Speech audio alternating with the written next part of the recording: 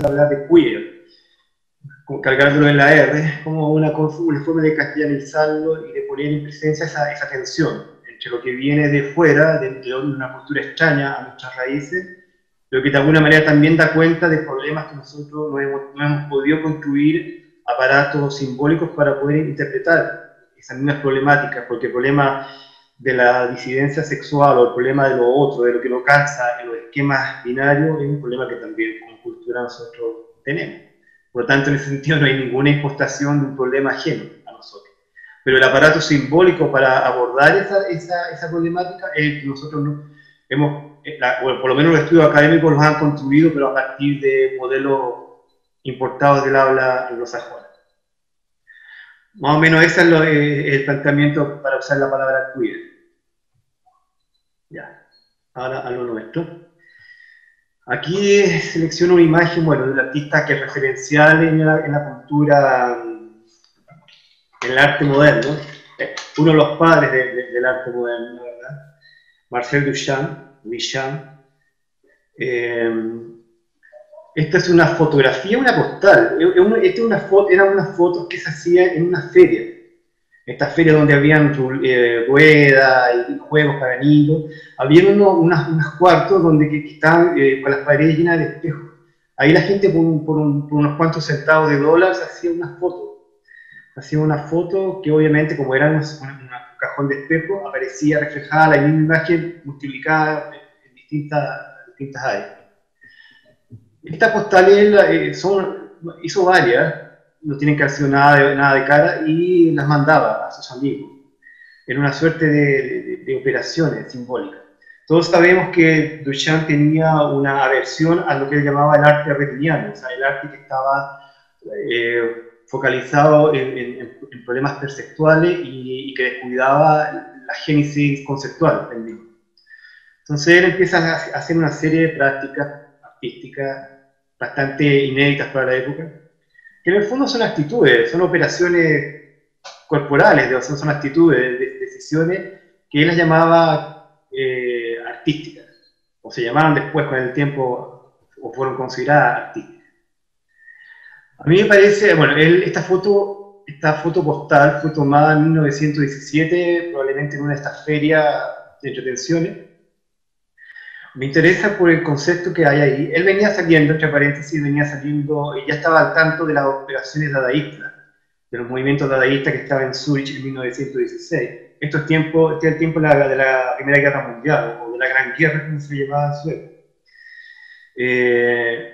Él era un poco crítico con el dadaísmo de Zurich, porque lo consideraba demasiado combativo, demasiado confrontacional con el público, y él quería, de alguna manera, que lo que le interesaba era la jovialidad, lo liviano, lo subversivo, pero él decía que cuando uno tiene una actitud demasiado confrontacional con un otro, pierde la capacidad de juego, está tan cargado por el deseo de confrontar, que descuida inevitablemente la capacidad de juego, la liviandad del juego, la despreocupación que hay en el juego también. Pero que además esa liviandad y esa despreocupación es la que te permite también poder encontrar ideas nuevas o encontrar destellos creativos. O sea, se necesita cierta liviandad de espíritu, cierta jovialidad que llama, cierta irreverencia, pero no una irreverencia dispuesta a un otro como agresión, sino como una propia interrogación hacia sí mismo y sus circunstancias. Entonces él no se consideraba dadaísta en ese sentido. Más bien buscaba hacer un arte jovial.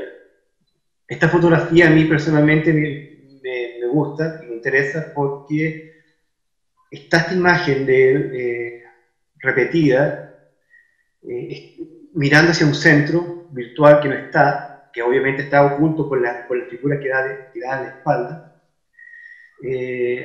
Hay una ausencia y hay un misterio ahí. La mirada de él también es muy sugestiva. Esto es una fotografía, pero es una fotografía que pasa a impresión, se convierte en una impresión sobre papel opaco. O sea, no es se parte de una imagen espejeante, pero al final se transforma en una sombra impresa. Y esa sombra impresa lo que da cuenta es de un sujeto que podría haber sido un retrato, pero se vuelve problemático porque es una repetición de un sujeto. Es un reflejo, no es del sujeto. Y además es un reflejo que se transforma en sombra, fantasma también, o imago. Entonces la pregunta es que sugiere esa postal es, bueno, el sujeto que está ahí representado es quien dice ser o es solamente una sombra con ciertas singularidades.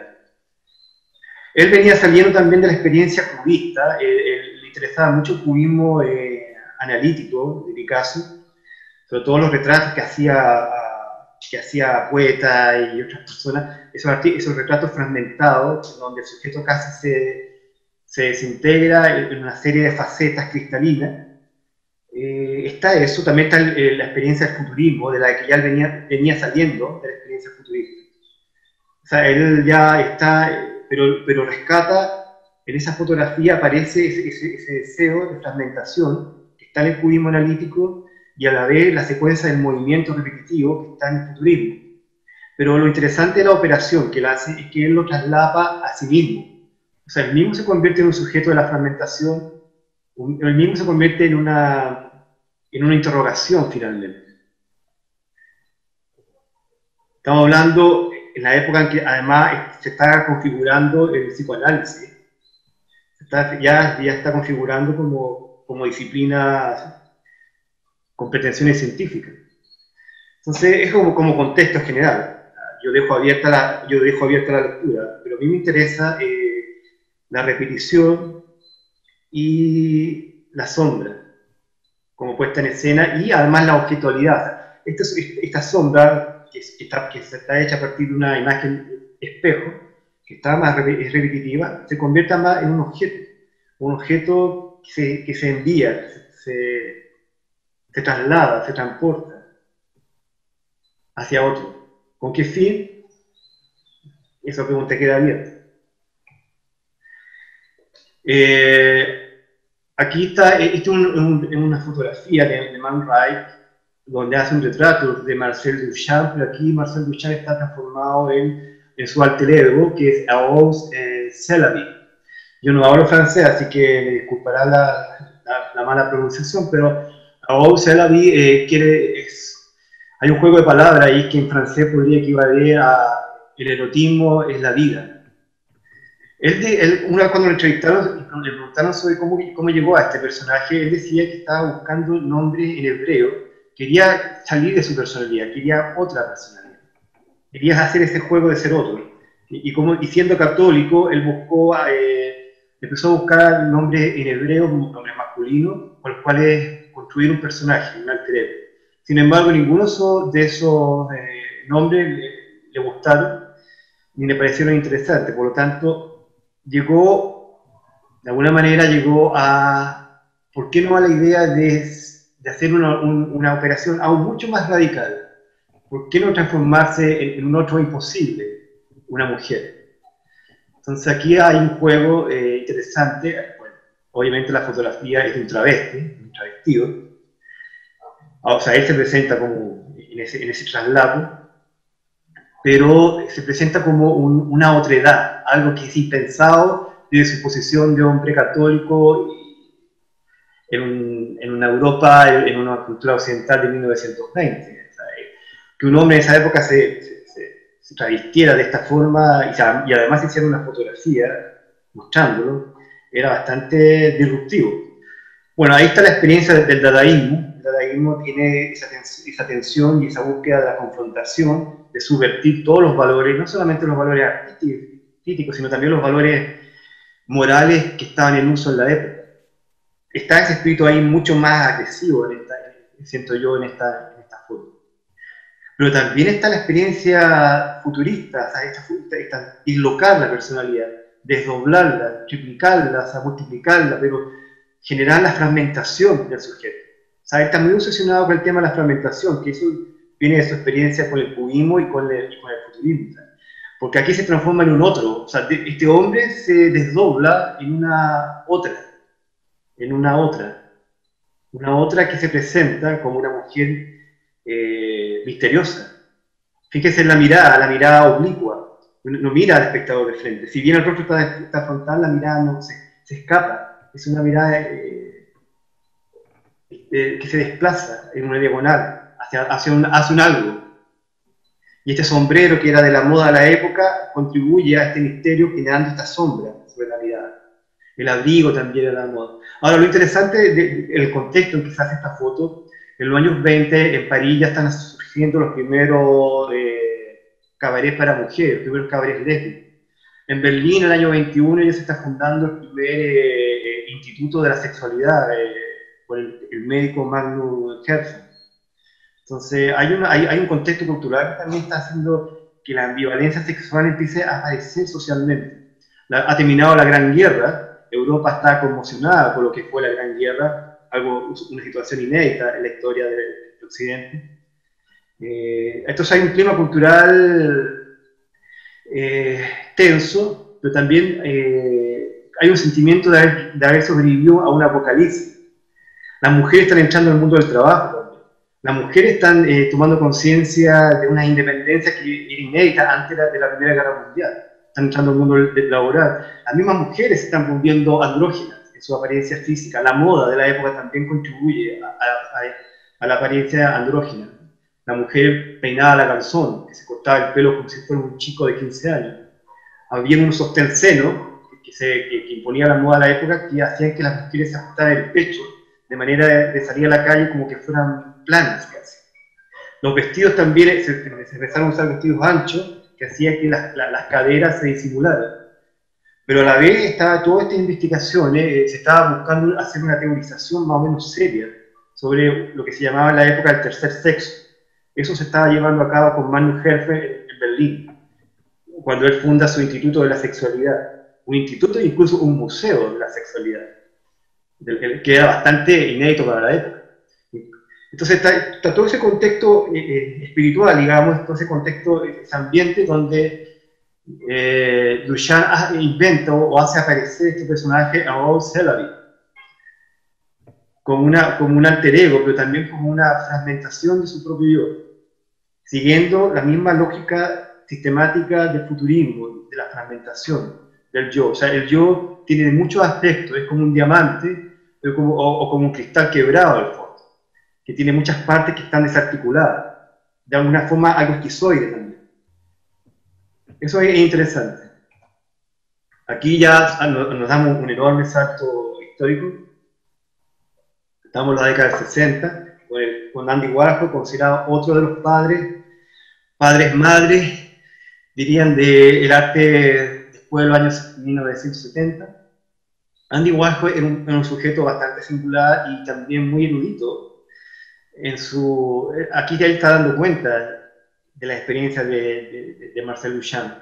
O sea, está tomando aquí el tema haciendo una cita también de la fotografía, de la fragmentación, de la repetición, de la imagen espejeante, convertida en performance fotográfica. Pero Andy Warhol está en otro momento histórico, en el sentido de que ya en 1960 ya está articulada la teoría del estadio del espejo de Jacques Lacan, en el psicoanálisis. El psicoanálisis ya en esta época está teniendo una enorme influencia en los estudios culturales y también en el ámbito del arte, como estrategia de investigación. Entonces aquí él está mirándose en este espejo, una imagen reflejada en tres partes, que lo muestra ligeramente con variaciones, está ensimismado en sí mismo. Bueno, la teoría del espejo de Jacques Lacan, a grandes rasgos, dice que un niño en el primer año de edad empieza a tomar conciencia de su propio cuerpo como totalidad. Eso se produce a través del espejo, ayudado por su madre, obviamente. Pero el niño, en ese proceso de reconocerse como totalidad en un espejo, está también sintiendo placer.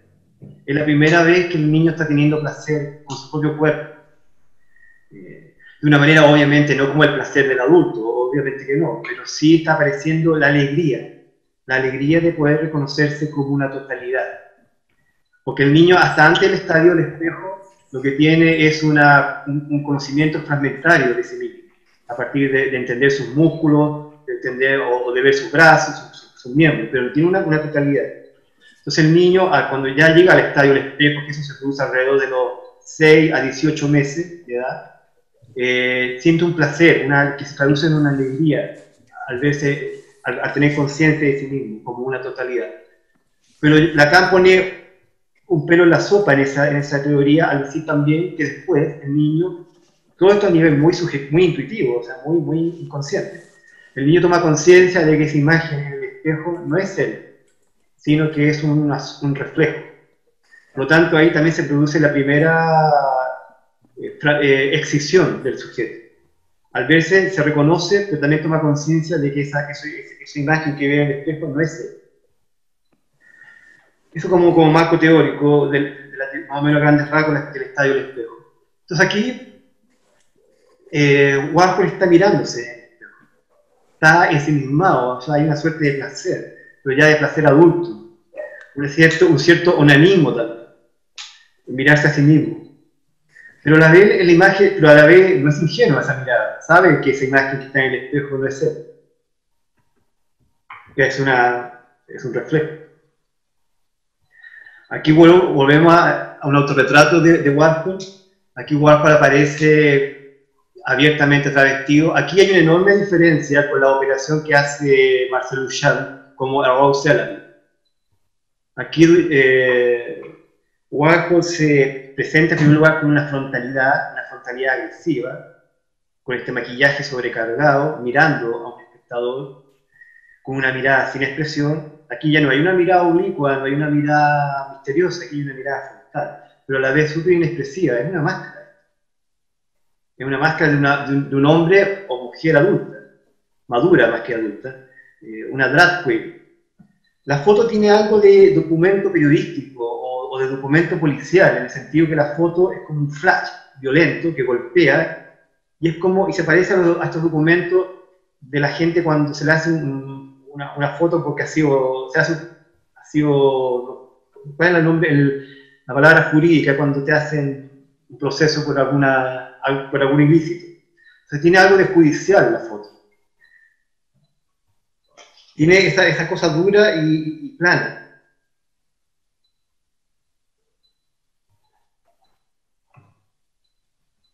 Ya, aquí entramos en el momento en que se empiezan a articular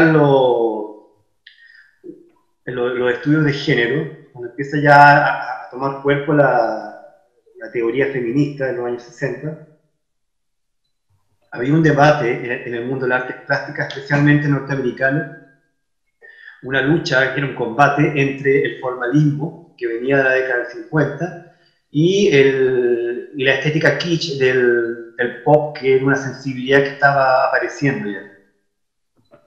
Un debate que va a permear toda la década de los años 60 y que va a generar distintos movimientos hasta que realmente ya se articula el arte pop.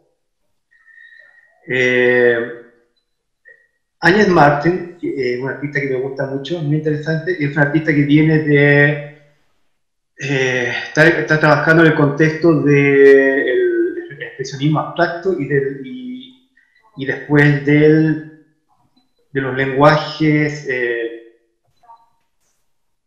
post-pictóricos. Dentro del movimiento post-pictórico hay distintos movimientos, como los Hard Age y el Color Field Painting, que son movimientos más bien geométricos, que cuestionan la gestualidad de la mancha pictórica. Sin embargo, Agnes Martin es distinta, porque Agnes Martin está vinculada también a lo que sería el arte silencioso, que es un arte que se empieza a configurar en Alemania con el grupo Cero en los años 50, pero también con las operaciones silenciosas de John Cage en Estados Unidos. Ese es más o menos como el marco en el cual está Agnes Martin trabajando. Su trabajo, lo que presenta aquí es la retícula modernista de Mondrian, pero llevaba a una estabilidad extrema. Aquí lo que se ve como color gris es el lienzo, sin imprimar, donde pone en evidencia que lo que está haciendo es una superficie, está trabajando sobre una superficie bidimensional. No hay profundidad ahí. La retícula se transforma en un cuadrado, que remite un poco al suprematismo de Malevich y también a Mondrian, Y lo que hace ella de una manera muy paciente, muy sutil, es subdividir el formato, subdividir de una manera obsesiva. Y después va haciendo pequeños toques con pintura acrílica blanca sobre esas subdivisiones que hace con lápiz grafito muy sutiles. Entonces lo interesante de ella aquí es cómo pone en evidencia un trabajo corporal muy concentrado que se traduce solamente en operaciones de matemática de subdividir el espacio, subdividirlo y fragmentarlo al interior de ese mismo espacio. Si el formato no tuviera los límites que tiene, podría hacer esa operación hasta el infinito. Hasta el infinito. Entonces, ahora la pregunta que se plantea Agnes Martin en 1960-61, que es la obra, es cómo debe pintar una mujer, cómo la historia del arte ha dicho que debe pintar una mujer. ¿Cuáles son los temas que le interesan a una mujer en la pintura? Los temas de la maternidad, los temas expresivos. En el expresionismo abstracto había algunas mujeres, aun cuando el expresionismo abstracto se lo acusa de mucho misoginia, de machismo. Sin embargo, aparecen algunas artistas gestuales, como Frankenthaler, por ejemplo. Pero Agnes Martin va más allá, entonces ella dice, bueno, ¿qué significa pintar como mujer? Entonces, la estructuración de la superficie, la obsesión con el número, con la matemática, esos son atributos que la cultura tradicional se los da a la cultura masculina o al hombre, no a la mujer. Entonces, ahí pone una tensión y ella se vuelve, pone esta cosa, hace un torcimiento, ella tuerce un poco la operación artística femenina y la lleva hacia una zona de no enunciación hasta la fecha. Estamos hablando de 1961. Y genera esta obra que es de una enorme belleza, de una enorme concentración, de una enorme obsesión también. O sea, la mujer como un sujeto de obsesiones, con una capacidad de geometrizar el espacio. Un cuerpo femenino que se presenta como mera operación de subdividir el espacio, como mera bidimensionalidad, o sea, no hay una profundidad, es un cuerpo superficie, que también este cuerpo superficie se transforma en un muro que hace que el espectador choque con eso, no le devuelve la mirada rebota contra eso. Es como mirar un muro. Y eso obviamente puede resultar intimidante. O no, depende del espectador. Pero que además este tipo de operaciones le hicieron a una mujer, porque ella no se plantea como artista mujer, ella se plantea como una artista geométrica. O sea, se pone al mismo nivel de los otros. Porque cuando un hombre pinta geometría, cuando Pollock pinta su obra, no se le pregunta si es una obra masculina, es una obra simplemente pictórica. Entonces, Agnes Martin hace lo mismo, o sea, ella no dice soy pintora mujer, no, se presenta como artista con lo que es y con su potencia, la pone ahí en escena. Eso me parece muy, muy, muy bello, su obra, y además muy, muy original también. Aquí pasamos a otro momento de Agnès Capiro, que ella está a finales de los 60 y empieza a trabajar en 1965 y empieza ya a estar vinculando su obra a la teoría feminista. O sea, ella ya es una artista que se declara feminista y está en el campo de la militancia del primer feminismo norteamericano. Esta obra es, esta obra dicen, hay distintas lecturas, que se llama el Gran OX. Las dos X serían de alguna manera la abstracción de los brazos del hombre, los brazos y piernas del hombre de Vitruvio, el hombre vitruviano de Leonardo da Vinci, el hombre la medida del universo. Entonces aquí está transformado en una X, está extraído, y ella usa el lenguaje minimalista, pero no usa el lenguaje minimalista que ya se está adquiriendo fuerza en el año 67. Además, un lenguaje que se le atribuye, que se considera un lenguaje muy masculino, muy masculino. Y ella toma el lenguaje minimalista y hace esta imagen, esta abstracción del hombre de Vitruvio, y en el centro de ese hombre de Vitruvio pone una O que tiene un orificio, que además tiene estos vértices triangulares, que es una O que es un orificio que también podría ser una abstracción de la vagina, de algo que es una profundidad, de algo que está abierto también, de algo que puede ser penetrado también. Sugiere además, como tiene estos bordes que sugieren que esta X es tridimensional. Esta obra se convirtió en la época en un emblema del primer feminismo combativo. Ahora, lo interesante de esta obra es que fue hecha con método informático. Miriam Scapiro es de las primeras artistas que trabaja con computadores, diseña su obra a través de ordenador. Eso de la década del 60 era un dominio exclusivamente masculino. Entonces ella dice en su entrevista que ella dice, toma esto que era totalmente masculino, este tipo de operaciones plásticas, y las transforma para hablar de una presencia o no presencia femenina en el arte.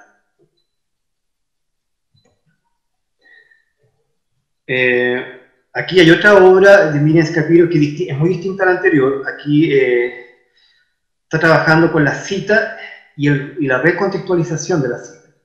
La cita del primer cubismo, del cubismo sintético.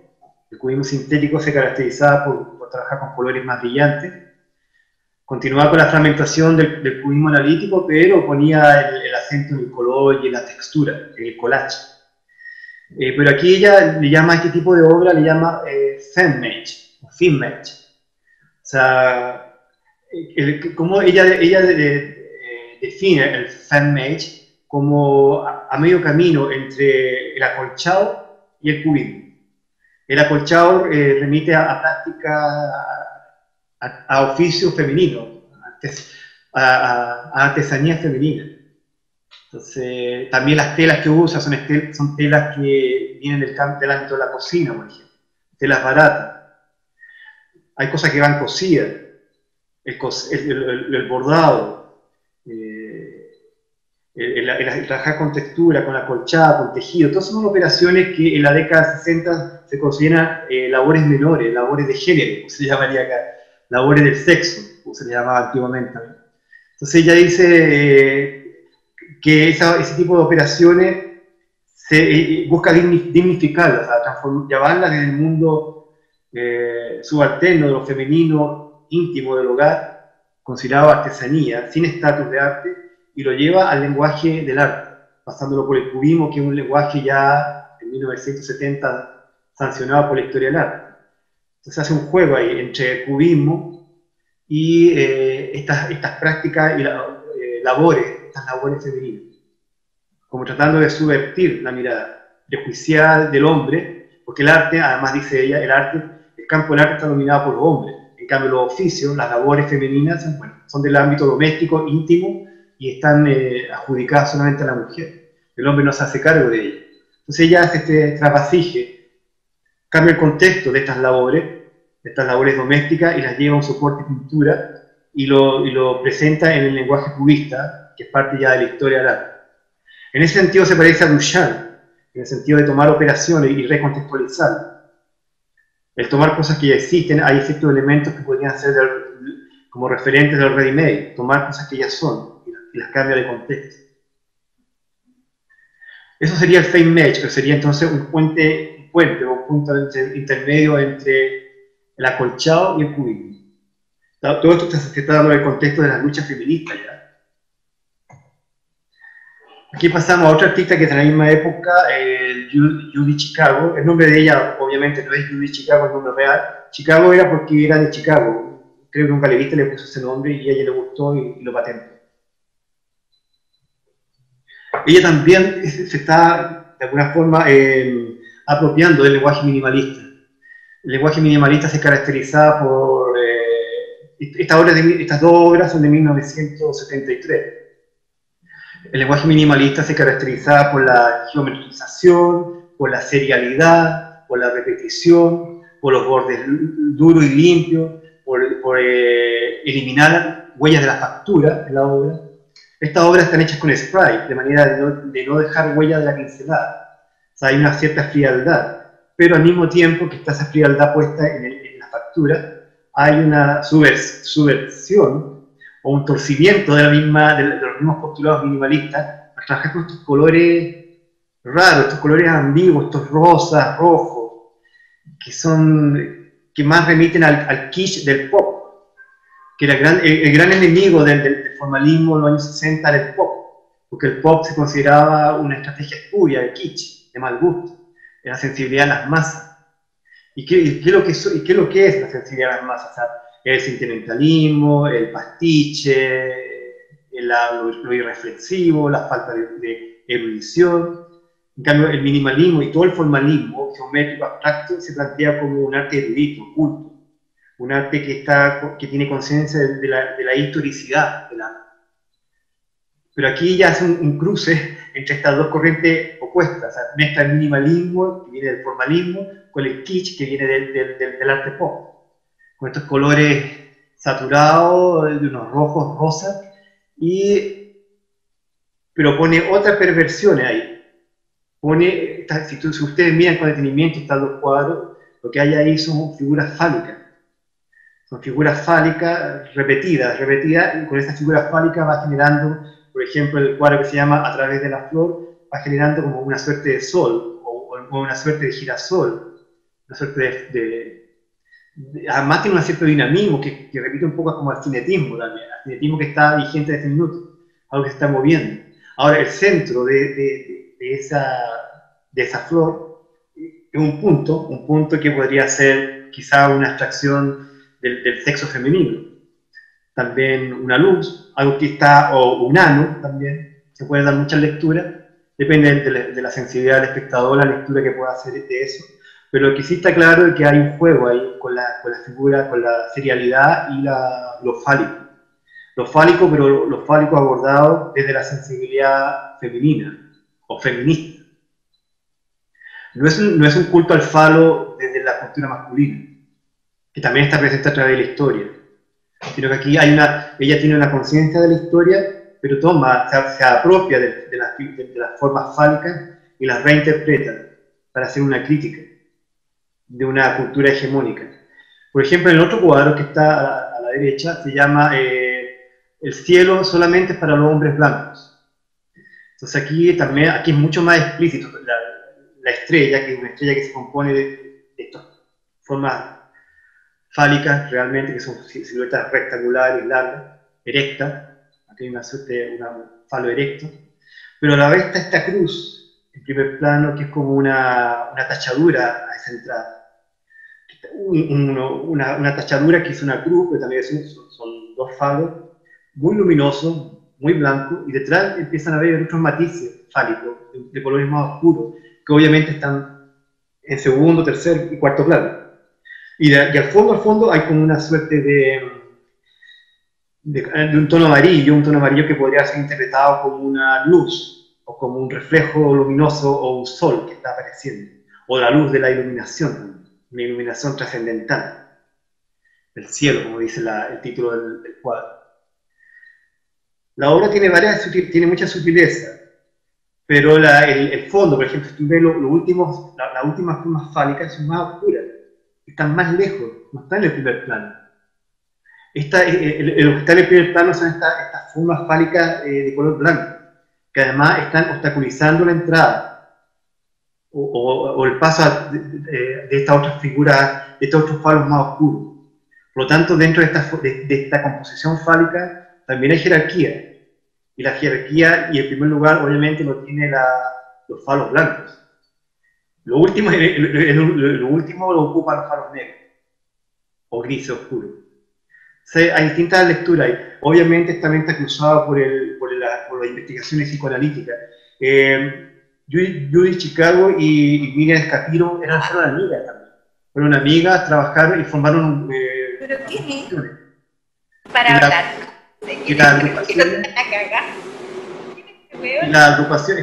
Las agrupaciones que ellas formaron fueron la Casa de las Mujeres, que fue un taller que hicieron en California, donde se juntaban mujeres para investigar sobre sus propios condicionamientos biográficos y a partir de esos condicionamientos cómo construir obras. Y también después formaron un grupo artístico que se llamaba Patrón y Decoración. Patrón y Decoración, donde hacen una subversión de la decoración y la llevan a un nivel de estatus de arte, tratando de sacar las operaciones femeninas del mundo de las labores y llevarlas al mundo del gran arte. Aquí, obviamente, en la casa de las mujeres, que se llamaba taller que ellos tenían en California, en la universidad en California, revisaba las teorías psicoanalíticas. Entonces estaban investigando sobre el psicoanálisis y lo que el psicoanálisis decía de la mujer histérica, por ejemplo, y de la ausencia del falo o del complejo fálico que las mujeres tenían por no tener falo. Entonces ellos estaban ahí subvirtiendo todas estas teorías, estaban teniendo una actitud crítica contra todas ellas. Y a partir de eso se va generando este tipo de obras. Esta otra obra de Judy Chicago, que se llama La mesa de la fiesta de la comida, es una obra mucho más ambiciosa que tiene una perspectiva histórica. Es una obra que se compone de un triángulo equilátero que se compone de 13 mesas. Cada ángulo tiene 13 mesas. En esas 13 mesas están, ella hizo una investigación de las formas, cómo a través de la cultura desde la época prehistórica hasta la época moderna, cómo se ha representado la vulva femenina en el arte. Entonces, a partir de esa investigación, de cómo se ha representado el sexo femenino, la vagina, específicamente, cómo se ha representado a través de la historia del arte, ella mandó a hacer, se puso a trabajar con artesanos y mandó a hacer platos de porcelana que eran pintados a mano. A cada plato le corresponde una copa, y a cada copa, bueno, también los cubiertos, cuchillos, tenedores, y también cada mesa tiene un mantel que ha sido bordado con oro, todo esto es un trabajo de equipo hecho por artesanos, por artesanos especialistas en este tipo de trabajo. Muchas cosas se mandaron a hacer a Italia, a escuelas de artesanos de mucha trayectoria. Entonces lo que está haciendo ella dice, yo no quiero elevar la artesanía a nivel de arte, lo que yo estoy haciendo es arte, dice ella, en el sentido de que yo estoy poniendo una intención en esta obra, una intención que no es artesanía, y lo que vale para que esto sea arte, dice, es la intención. Pero yo no equiparo arte con artesanía, ella por lo menos, esa era la posición de ella, ella dejaba claro que la artesanía era una cosa y el arte era otra. Y la pretensión que ella tenía, igual que Miriam Escarrillo, era llevar la artesanía a un nuevo nivel reflexivo, que la transformaba en una objetualidad artística. Esta mesa está puesta sobre unas baldosas que son triangulares. Cada baldosa lleva el nombre de una mujer también. Una mujer que de alguna manera logró entrar en la historia. O sea, son 999 nombres de mujeres que lograron pasar a la historia, de alguna manera. Los nombres, cada plato, además, que está en la mesa, en el mantel está bordado el nombre de una mujer que va asociado a la historia registrada de la mujer. Por ejemplo, ella divide cada ángulo del triángulo está dividido, creo que va desde la prehistoria hasta el Imperio Romano. Después el otro lado del triángulo va desde la aparición del cristianismo hasta la Reforma Luterana, y el otro ángulo de la mesa va desde la Revolución Norteamericana hasta la aparición del feminismo en los años 60. Entonces, todos los nombres de las mujeres corresponden a sus distintos periodos de la historia. Y como le digo, y cada plato es una representación de la vagina, de la vulva, dice. Entonces, esta es una obra que tiene una pretensión historicista. Es una escultura de instalación, realmente, que se desmonta y se fragmenta también, cada pieza. Actualmente está expuesta en un museo, creo que en Nueva York, de una manera permanente. El triángulo mismo, invertido, por lo menos como lo muestra la foto, también es una abstracción de la vagina. Entonces, además también tiene connotaciones cabalísticas. También tiene un simbolismo místico también. Son 13 mesas, 39 en total. Diferentes estados de la psique, diferentes estados de la mente, diferentes estados de la sensibilidad también. La historia vista como la historia de las mujeres, la historia registrada vista también como un estado de conciencia progresivo, hasta que la mujer despierta a un nuevo estado de conciencia. Pero ese estado de conciencia se ha producido gracias a todas esas miles y miles y miles de mujeres que hay atrás. Esa es más o menos la pretensión de esta obra. En la misma época están apareciendo también ya los movimientos gay. tanto en Estados Unidos como en Inglaterra, en el Reino Unido, en el marco del pop. El pop va a ser bien importante como un catalizador también de los movimientos de minoría.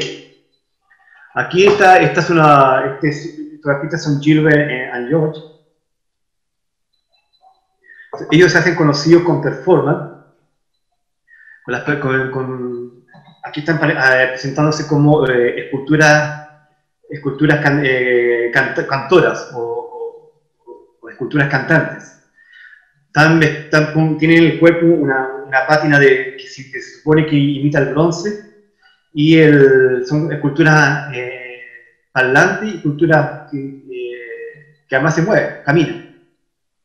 Ellos, su primera obra se empiezan a dar a conocer con ejercicios de dibujo. Lo que hay detrás de ellos es un dibujo de los años 60, al carbón, que ellos empiezan a hacer, donde se representaban los dos caminando por un bosque, por un parque a la manera inglesa. Un parque que es como una escenificación de una naturaleza agreste, una naturaleza salvaje, pero que finalmente es un parque planificado, construido, por lo tanto es una naturaleza agreste, entre comillas, o sea, es una naturaleza domesticada finalmente. Pero pone en escena un teatro de improvisación y de salvajismo en el contexto de una ciudad. Entonces ellos se dibujan en este parque a la inglesa, vestidos impecablemente con traje que además remite al sartorial inglés tan característico, del dandy inglés. A partir de esos dibujos ellos los desplazan después hacia el campo de la escultura en movimiento, como ellos llaman esculturas cantoras. Lo que ellos cantan en su performance, abajo hay una radio, abajo que se puede ver la foto, lo que ellos cantan es una canción que fue popular en los años 30 en Londres, una canción que se hizo popular en el contexto de la Gran Depresión Económica, previa a la Segunda Guerra Mundial. Y una canción muy melancólica de dos hombres. La canción en castellano, el tema se llama en castellano Bajo los Arcos. Y bajo los arcos, el fondo es bajo los arcos de los puentes. O sea, son dos perdedores que están arruinados y están viviendo bajo los puentes. Pero están cantando, porque viene el futuro con esperanza, aun cuando la canción es muy melancólica, muy triste. Pero como son londinenses, dicen ellos en el estribillo de la canción, miran el mundo con cierto espíritu lúdico, lo miran con juego, miran con esperanza, porque son londinenses. Entonces ese es más o menos el tono de lo que ellos cantan en esa performance. Están refiriéndose a dos hombres, pero dos hombres perdedores, los perdedores del modelo económico, nada más. Pero ellos juegan con las ambivalencias y con las contradicciones, o sea, están vestidos con elegancia. Usando el sartorial, que el sartorial inglés, en los años 20 se consolida. El traje que ellos llevan es el traje moderno, que más o menos todavía nos resulta a nosotros familiar. Y ese tipo de traje se consolida en la sastrería inglesa en los años 20. Y es un traje que ya sale del ámbito de la aristocracia y se desplaza en el ámbito de los ejecutivos, de la bolsa. De hecho, cuando uno lee los libros de sastrería inglesa de los años 20, inglesa, lo que más se habla ahí es ropa hecha para hombres de negocios. Es la ropa que está hecha para los hombres que trabajan en la bolsa. Obviamente es un mundo esencialmente masculino, pero un mundo que está significado por estas esculturas cantantes que además son sexualmente parejas. Por lo menos así se presentaban en los años 60. La fotografía es de la performance hecha en Nueva York en el año 1991, pero hay registro de la misma performance en el año 69, y creo que hasta la fecha la siguen haciendo. Dicen incluso la gente que la ha visto, dicen incluso les cuesta ya subirse a las mesas a cantarla, la siguen haciendo. Ya son hombres mayores, pero siguen repitiendo la performance, a pesar del desgaste físico. El traje, los guantes, la postura de los brazos, el bastón que llevan, todo eso remite a los figurines de moda ingleses de los años 20. Aquí ellos después, a mediados de los años 70, empiezan a desarrollar trabajo fotográfico. Empiezan a hacer performance, pero performance fotográficas. O sea, son performances que están pensadas para el registro fotográfico, no necesariamente para el público. Lo interesante de este periodo es que ellos empiezan a trabajar con fotos que son como, estos son grandes piezas, son polípticos, que conforman, compuestos de distintas fotos impresas, plastificadas, que tienen un ribete negro en el borde. Entonces cuando se une esta rompecabezas, que puede ser de 3 metros, 2 metros, a veces lo exponen en la salida del metro de Londres, también se expone en galerías, en distintos lugares. Pero lo que aquí están incorporando dentro de su lenguaje es la cita a la grilla modernista. La grilla modernista, en términos ideológicos, se opone al triángulo de la perspectiva renacimiento, en el sentido de que la grilla modernista, que es la que recurre Agnes Martin, que les mostraba al principio, es una grilla que aplana la superficie, acaba con la jerarquía, pone todo en un mismo nivel, a diferencia de la perspectiva del Renacimiento, que pone todo en una óptica, de que va de arriba a abajo, de lo cercano a lo lejano, de lo importante a lo menos importante. En cambio la grilla modernista significa un espacio donde no hay un centro, donde cualquier esquina puede ser el centro. Entonces ellos están citando este espíritu modernista de la retícula. Pero obviamente está pasado por el tinte pop, por el tinte del pop inglés, que es más ácido, más duro, más agresivo también. Y aquí esta instalación se llama, esta performance se llama Bloody Moon, o sea, la luna sangrienta. Las formas geométricas que hay atrás, que están fracturadas, quebradas, que son como unos cristales quebrados, pero el fondo es el semen de ambos, que está visto por un microscopio. Y obviamente se le hizo algún tipo de registro fotográfico y a partir de eso se arma esta imagen. Están ellos de esta manera frontal, muy hieráticas, con sus trajes grises, y al mismo tiempo están mostrando el trasero al público con una actitud insolente, vulgar quizá, pero contestataria y francamente agresiva. Entonces aquí están poniendo en escena muchas cosas, ¿verdad? Poniendo en escena la subversión, la militancia como choque, como agresión, una actitud de guerra, pero esto lo están poniendo en un escenario enmarcado en una grilla, en esta grilla modernista que todo lo neutraliza, donde no hay un punto, donde la mirada se puede focalizar en cualquier parte, en cualquier punto es lo importante. O sea, aquí no hay una jerarquización de la imagen. O sea, trabajan con esa confrontación del discurso, que te lleva a algo muy representacional y al mismo tiempo te lleva a algo muy abstracto. Algo que parece muy obvio, pero a la vez que hay algo muy sutil que apela a un discurso erudito, culto. Entonces, claro, le hablan, es como que le tratan de hablar a la galería y al mismo tiempo le quieren hablar a la élite culta. Esos juegos que ellos hacen son siempre constantes en todo su proceso de obra. Bueno, Gilbert and George desarrollan su obra cuando está el mundo gay en actitud combativa. Hay que considerar 1969 como un punto de inflexión, cuando aparece el incidente de Stonewall en Nueva York y aparece la visibilidad de las drag queens, que se resisten a la policía y combaten a la policía, y aparecen en la prensa como las raras, los raros, los queer, que se están revolucionando. Todo dentro del marco también de las revoluciones que había en la época. Hay que acordarse el 68, el mayo 68, en París, hay que acordarse, esto es del año 69, la revolución de Stonewall. Bueno, se le llama revolución, pero en el fondo fue un gesto de activismo y de rebelión, que se convirtió con el tiempo en un gesto icónico de la lucha de las minorías. Entonces, Gilbert and George está en ese marco de contestatario y de confrontación y de conciencia gay. Al mismo tiempo que está apareciendo la conciencia feminista, está la conciencia de lo gay como lo otro, como la otredad, lo que se opone al discurso heterosexual. El discurso tiene unas ciertas prácticas de amor. La cultura gay de finales de los 60 y principios 70 reivindica la promiscuidad sexual, el amor libre, todo lo que va en contra de los modelos burgueses de familia. Porque lo gay se propone como otra posibilidad del deseo. Se reivindica la marginalidad, la falta, o el sexo sin amor, por ejemplo. Pero aquí este es un afiche del año 1987, aquí estamos en otro punto de inflexión de la historia. Aquí ya apareció el SIDA en la escena cultural, está haciendo estrago en Estados Unidos y en Europa, pero a la vez las autoridades, los gobiernos no están dando cuenta de eso, lo están invisibilizando.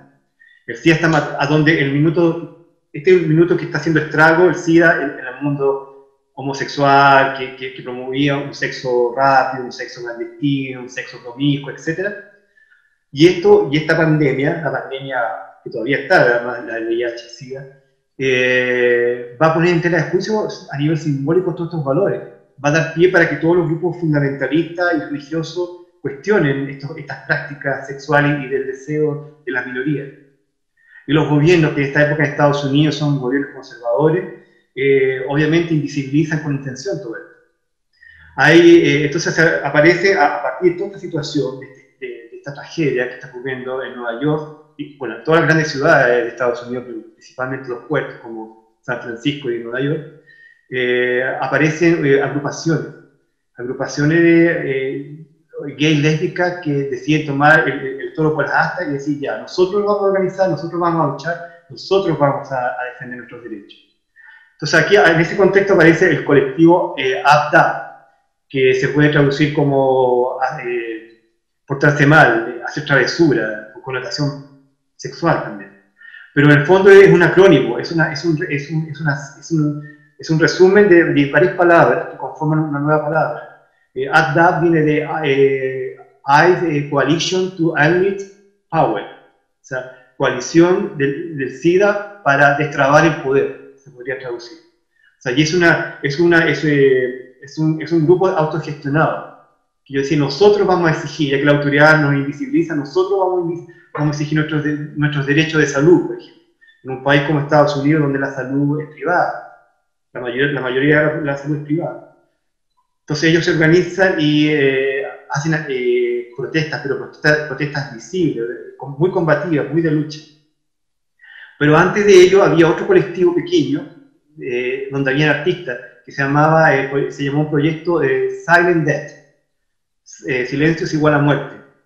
Y ellos hacen un afiche, diseñan un afiche y se lo traspasan a la agrupación ADAP para que lo utilicen en su lucha. Este afiche se ponía en las calles, lo ponían en el metro, lo ponían en la puerta de la iglesia, o lo ponían en la policía, en los palacios de justicia, ponían este letrero.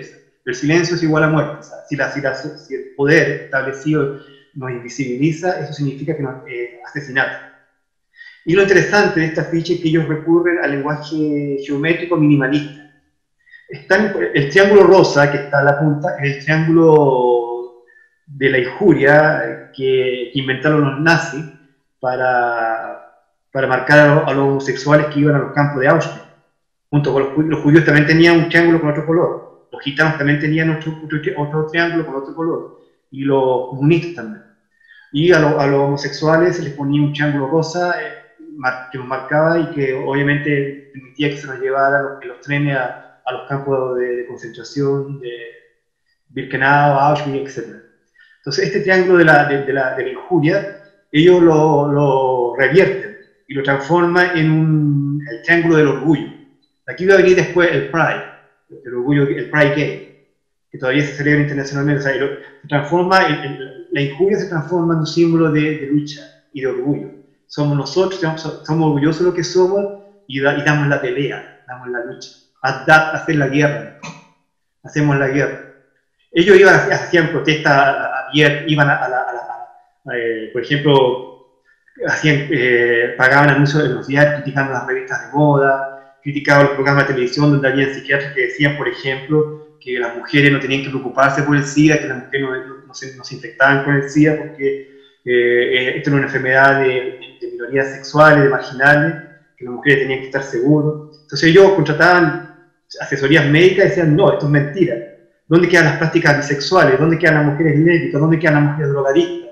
Que pueden traspasar la enfermedad a los hijos, o los hombres que pueden traspasar la enfermedad a sus mujeres, etc. Entonces van haciendo todo un tema de lucha, pero con fuerza y con violencia, porque las circunstancias también lo demandaban. Entonces este afiche, que recurre al lenguaje minimalista, es un recurso me parece muy inteligente, en el sentido de que claridad gestáltica, dureza de la forma, porque lo que hay que comunicar es claro y urgente. Entonces aquí el lenguaje minimalista sirve para la lucha del activismo homosexual y lésbico. Entonces, son dos momentos muy fuertes. O sea, el momento en 1969, cuando aparece el orgullo y la reivindicación, aquí aparece nuevamente, se reactiva el arte a través de la lucha del activismo homosexual, pero se reactiva desde la crisis y del derrumbe de un discurso. En este caso, el de la promiscuidad, de la libertad y todo eso. En ese contexto, pasamos a este artista que se llama Félix González Torres, que es un artista de origen cubano, norteamericano, que trabajó el lenguaje minimalista, pero él trabajó lo que yo llamo un minimalismo figurativo. ¿Por qué? Porque su obra remite a objetos que nosotros reconocemos. Su obra juega con las metáforas y el silencio, y la poesía también. Esta obra se llama Los Amantes Perfectos. Y es una obra, es un reloj que, bueno, aquí hay una foto, pero es un reloj que está en movimiento. Entonces lo que propone en esta obra es que estos dos relojes empiezan sincronizados su marcha, pero inevitablemente con el tiempo van perdiendo la sincronía. Uno se adelanta o el otro se atrasa. Inevitablemente toda relación humana, o toda relación intensa de amor, o toda relación significativa entre dos personas, puede partir con una sincronía, pero inevitablemente esa sincronía se va perdiendo, porque la vida es así. Porque siempre hay algo inevitable en la vida, que escapa incluso al deseo, a nuestros propios deseos. Bueno, esta es una obra, son obras metafóricas donde están dedicadas a su pareja. Su pareja en esta época muere de VIH-Sida. Entonces, eso está como trasfondo en este tipo de obra. Esta obra se llama, todas sus obras son sin título, pero esta es una instalación que es un cúmulo de dulce metido en su bolsita de colores, y la característica de esta suma de dulce es que pesa 75 libras. Yo no sé cuánto será eso en equivalente en kilo de nuestro sistema, pero cualquier persona que vaya a ver a la galería, a ver esta instalación, puede sacar un dulce y llevarse. De hecho, la obra está pensada para cualquiera que vaya, pueda sacar un dulce y llevárselo. Pero hay una condición en la galería, que siempre se tiene que estar reemplazando los que faltan. De manera que cuando el cúmulo va bajando, el cúmulo de dulces, de candy va bajando, tiene que alguien de la galería ir reponiendo, y siempre mantener el mismo peso inicial, que son 75 libras. Esas 75 libras son las que tenía la pareja de él antes de fallecer de VIH-Sida. Por lo tanto, esta obra de alguna manera es un retrato mortuorio que habla de una pérdida y de una ausencia, y del deseo de que esa ausencia no se diluya en el tiempo. Pero es una lucha constante, porque mientras la gente, cada persona que va a la galería se está llevando un dulce, este acúmulo está bajando, está diluyendo. Entonces, hay que tener el cuidado de volver a reponer lo que está ahí. Y siempre la obra está pensada de esa manera, que siempre hay que estar reponiendo el recuerdo, la memoria, siempre hay que estar reconstruyendo, sobre todo cuando no queremos perder lo que hemos amado, o precisamente porque lo que hemos perdido y amábamos ahora se ha vuelto aún más importante, y el amor es más grande ahora. Entonces está este deseo ahí. Entonces uno ve esta imagen y ve una instalación que puede resultar a primera vista muy ingenua, muy minimalista, muy geométrica también, pero lo que hay detrás es un deseo de fusionar de alguna manera como un monumento funerario. Entonces eso remite a toda una antigüedad histórica donde los monumentos funerarios eran geométricos, eran muy mínimos. Entonces eso es muy interesante de este tipo de obras. Aquí hay otra obra de Félix González Tor que se llama Sin Título, Water, y es una cortina, estas cortinas que yo creo que pueden haber en muchos locales del mundo tropical, en las UAT antiguas de los años 60. Son estas cortinas de hule o de plástico con mostacilla incluso. Fíjense el dintel de la galería, que es un rectángulo geométrico, esta cortina azul que se mueve tenuemente porque alguien la cruzó para entrar a un espacio vacío en donde hay unas luces instaladas en el suelo y luces instaladas en el techo. La luz fue muy importante en el minimalismo, en el primer minimalismo, las luces de neón. Esta obra es mucho más abstracta que la otra. La otra recurre a un minimalismo figurativo, esta recurre a un minimalismo más geométrico, donde está la cortina con esta tenue trasluz, esta veladura, de alguna manera, que deja entrever lo que hay detrás, que son luces puestas en el camino y luces en los techos. Y eso genera todo un juego entre las cortinas y la luz, genera una suerte de flujo, de evanescencia lumínica, que le da un cierto aire a lo sublime, a un silencio, a una melancolía también. Uso la palabra sublime en el sentido que le da Lyotard, Jean-François Lyotard. Lo sublime sería esta tristeza que nos da placer, esta tristeza que se transforma en belleza.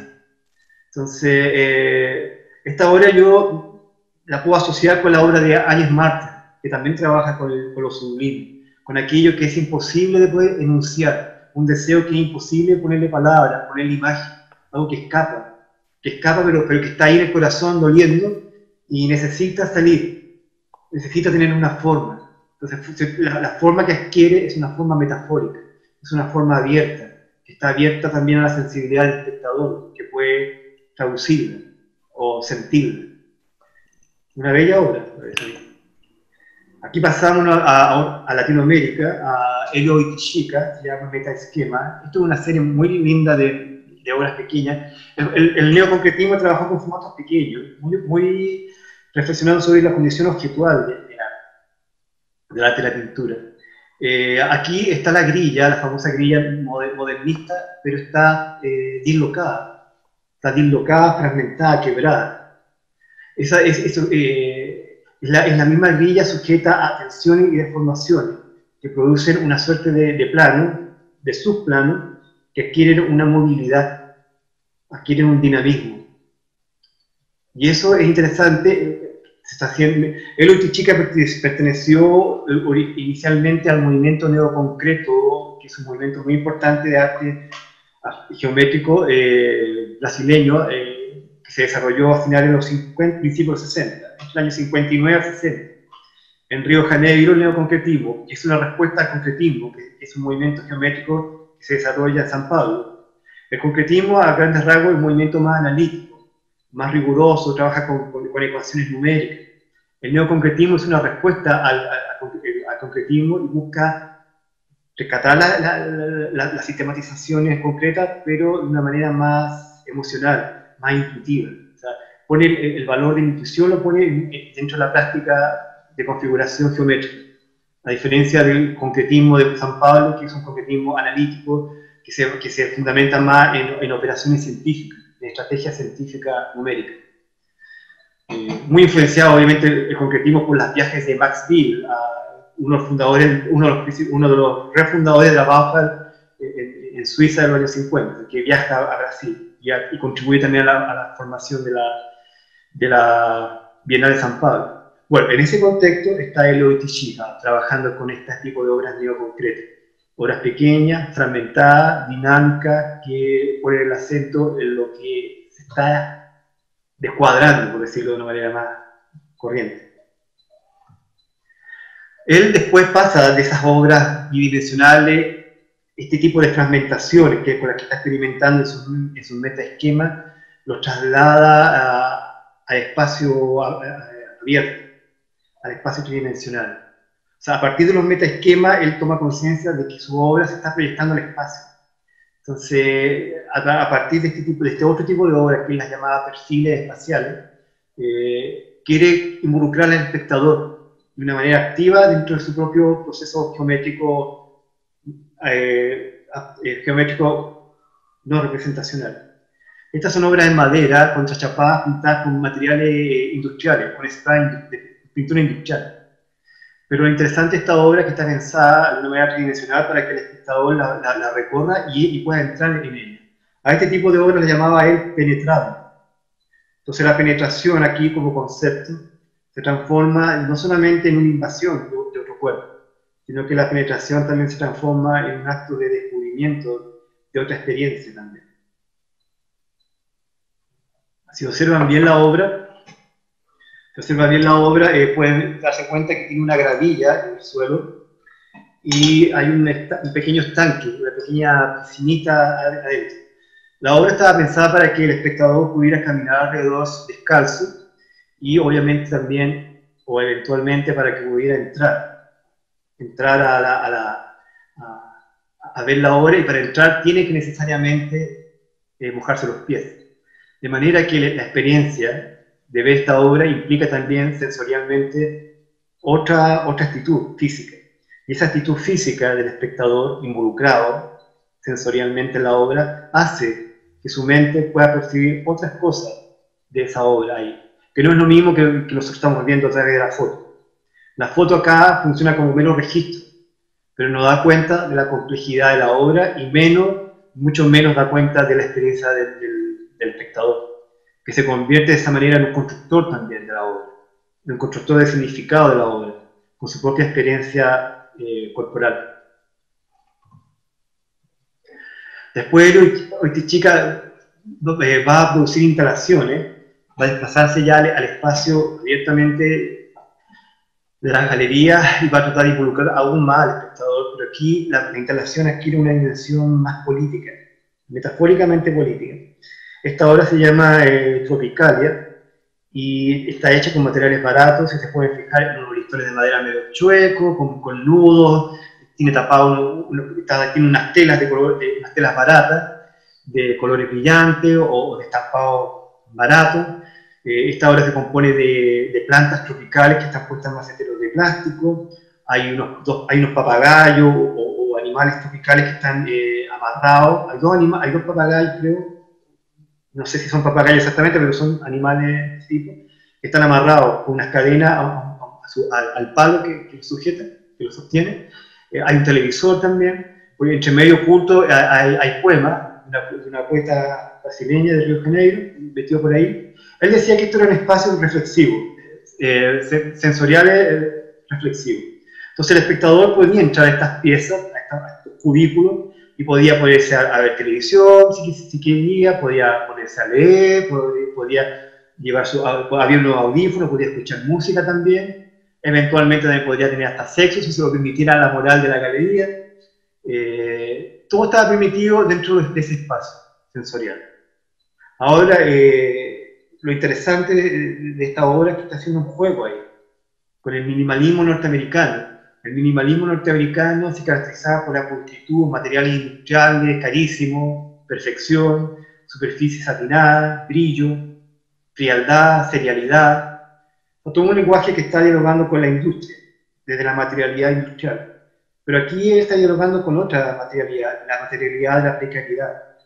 Cualquiera que haya pasado o que haya estado alguna vez por Río de Janeiro va a asociar que esas cortinas se parecen a las puertas y las ventanas de las favelas que rodean la parte elegante de Río de Janeiro.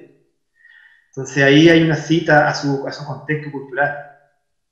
Cuando uno mira estos cubículos, inevitablemente piensa en las favelas de Río, que no tienen vidrio, que no tienen ventanas, pero y las puertas están con unas cortinas. Cubículos además donde vive gente, que son verdaderas cajas donde vive la gente, hacinada.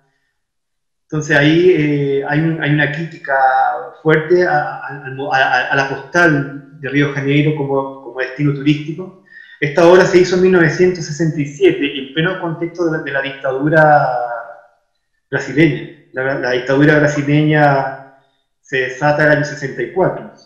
Por lo tanto, en 67 estamos en plena represión de la dictadura, en Brasil, y en Río de Janeiro en particular. Después esta obra se llevó a Londres, se puso en Whitechapel en 1969. Entonces aquí hay un Mario Pedrosa, que fue un poeta y que teorizó sobre el concretismo y el neoconcretismo. Hay una puesta en escena acá, hay una cierta antropofagia, que es un concepto que viene de los años 20 de la vanguardia brasileña.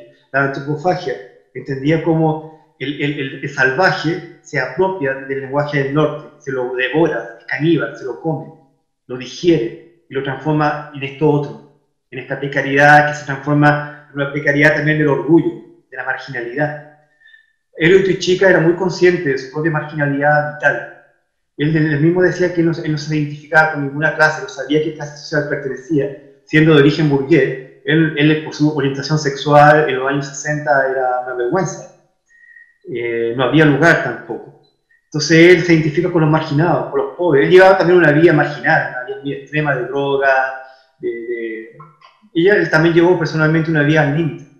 Entonces él podía en su propia corporalidad, en su propia experiencia del deseo, podía sentir y empatizar con los marginados económicos también. Y él también era uno de ellos también. De hecho, se dice que él fue ganó una beca Guggenheim en Estados Unidos y le permitió estar en Estados Unidos como 8 años. Pero jamás pudo conseguir residencia en Estados Unidos. Se dice que era por su condición homosexual porque él no se podía casar. Y no quería casarse tampoco, que era la posibilidad que esa restaba para poder conseguir residencia en Estados Unidos. Entonces él vuelve a Río de Janeiro, y el año 79, 78, vuelve a Río de Janeiro, y muere muy joven, en 1980. Muere por un problema cerebral. Pero él siempre su discurso, aunque ya no estaba inscrito dentro del movimiento neoconcreto, siempre usó la retórica geométrica para ir hablando de cosas cada vez más complejas y cada vez más urgentes y cada vez más vitales. Eso es muy potente. Eliot Chica, y por lo mismo está considerado uno de los artistas de la post-vanguardia más importantes de Latinoamérica. Y ahora se han hecho homenajes en los últimos años en Londres nuevamente y en otros países, en Alemania. Aquí pasamos a Chile, a un artista que es bastante elusivo, que es Francisco Copelo. Francisco Copelo es un artista figurativo, esencialmente, pero empezó en el grabado, y estos grabados a mí me parecen re interesantes porque son grabados que están dentro de un marco geométrico cruzado también por el pop, que estaba muy vigente en eso. Él estudió en Florencia del año 62 al 67, venía de manera intermitente a Chile, después se fue a Nueva York, después se fue a Europa de nuevo, después se fue a Nueva York, después volvía a Chile. Siempre fue medio nómade, andaba de aquí para allá, de allá para acá. Pero su obra, empieza a dar cuenta, su primera aproximación ya sistemática al arte es a través del grabado, a través de la cartografía. Él decía que le gustaba trabajar sobre metal, por la dureza de la superficie del metal, por la complejidad de la cartografía y porque eso además iba más acorde con su propia espíritu. Estaba más en sintonía con él, el espíritu de la cartografía. Entonces desarrolló su trabajo en el grabado de una manera bastante brillante, sobre todo reconocido en Estados Unidos y en Europa, en el mundo de la edición de grabado. Esta obra me gusta, por lo que yo he investigado, se supone que es del año 1968. Es una obra que obviamente remite al mapa de Chile, un mapa de Chile con unos tonos terrosos, una tierra chilena, fragmentada, no está todo el mapa completo ahí. Sin embargo, si yo lo que yo percibo, la lectura que yo hago de este mapa, que tiene además estas formas geométricas, estos cuadrados que son minimalistas, que además parece que hay un gofrado debajo, que hay una cierta textura que se invisibiliza bajo el gris. Lo que yo veo también, no solamente un mapa, sino también una cordillera que se alza como muro, un muro cordillera. Yo creo que un artista como él, que viajó mucho en los años 60, cuando viajar todavía era bastante más difícil que ahora, y mucho más caro que ahora, siento que ahora tampoco es más barato, pero en esa época era más difícil, él tenía conciencia de lo que era pasar esa cordillera. La conciencia tanto física como simbólica de lo que significa esa cordillera para el artista chileno. Y para un artista además que ya tenía conciencia de su marginalidad y de su disidencia o de su sexualidad innombrable. En un país como Chile, que siempre ha sido más bien conservador, siempre ha estado a tras manos de todas las ideas, aun cuando es un país que se pretende siempre moderno, siempre está a tras manos en realidad de las ideas más radicales sobre todo. Entonces a mí esta obra me parece muy poética, pero también tiene algo de claustrofobia y de fragmentación, o sea, tiene esta cordillera que está atravesada por estas zonas blancas, La zona blanca superior podría ser estas montañas nevadas, que se alzan como macizo, pero también abajo hay un corte. Hay algo que está cortado, que no calza con el resto de la imagen. Hay una zona inferior que el marco además contribuye a fundirse con el marco y la separa, pero no hay una unidad. O sea, hay como dos mundos ahí, como un inframundo, algo que está difuso además, que tiene una textura que se pierde, que se ve geométrico, que se ve reiterativo a la vez, pero está sumergido en la neblina gris. Y hay otra cosa que es más obvia, está en este cielo rojo, que podría ser un atardecer, un rojo, o otro tipo de rojo, no sé. Pero está esta imagen de una cordillera que más bien se parece más a un obstáculo que a otra cosa. Aquí pasamos a otra obra también donde es más explícito ese lenguaje heredero del minimalismo. Y hay un cielo en la parte inferior. Un cielo que es bastante geométrico, bastante opresivo, diría yo, bastante encapsulado. Es como que fuera un cielo, quizás un cielo chileno, armado en cubitos, o convertido en cubitos de hielo, quizás, y unido a esta forma oscura. O sea, a mí me interesa cómo él pasa del lenguaje geométrico, de la metáfora geométrica, de este juego entre lo figurativo, entre lo minimalista, el pop, y va pasando al trabajo performático, va pasando a un trabajo que involucra ya mucho más el cuerpo. Entonces, esta obra, él dice que está imitando un poco a el cóndor con su ala desplegada. Esta es una performance fotográfica, o sea, es una performance que está pensada para el registro fotográfico exclusivamente. La hizo en Milán, en una galería que se llamaba Diagrama. Ahora, el nombre de la galería es bastante sugerente, porque diagrama es un esquema geométrico, finalmente. Pero era una galería que estaba dedicada al performance, que era un arte incipiente. O sea, en esa galería pasaron lumbreras de la performance, como la Marina Abramovich, que ahora es conocida y todo eso. Y Copelo está ahí, pasando también haciendo este tipo de performance en 1975, después del golpe militar en Chile. Es interesante que él tome la bandera chilena y haga este tipo de performance. Un artista que, a mi juicio, maneja bien el concepto de no representación, el rigor más simbólico del tema. No tanto, él se maneja en la no representación, no tanto no lo formal, porque es más bien figurativo, pero sí lo simbólico. En este no tener lugar, no tener territorio, ser un nómade, el transitar como sombra, como fantasma por las escenas, por las zonas.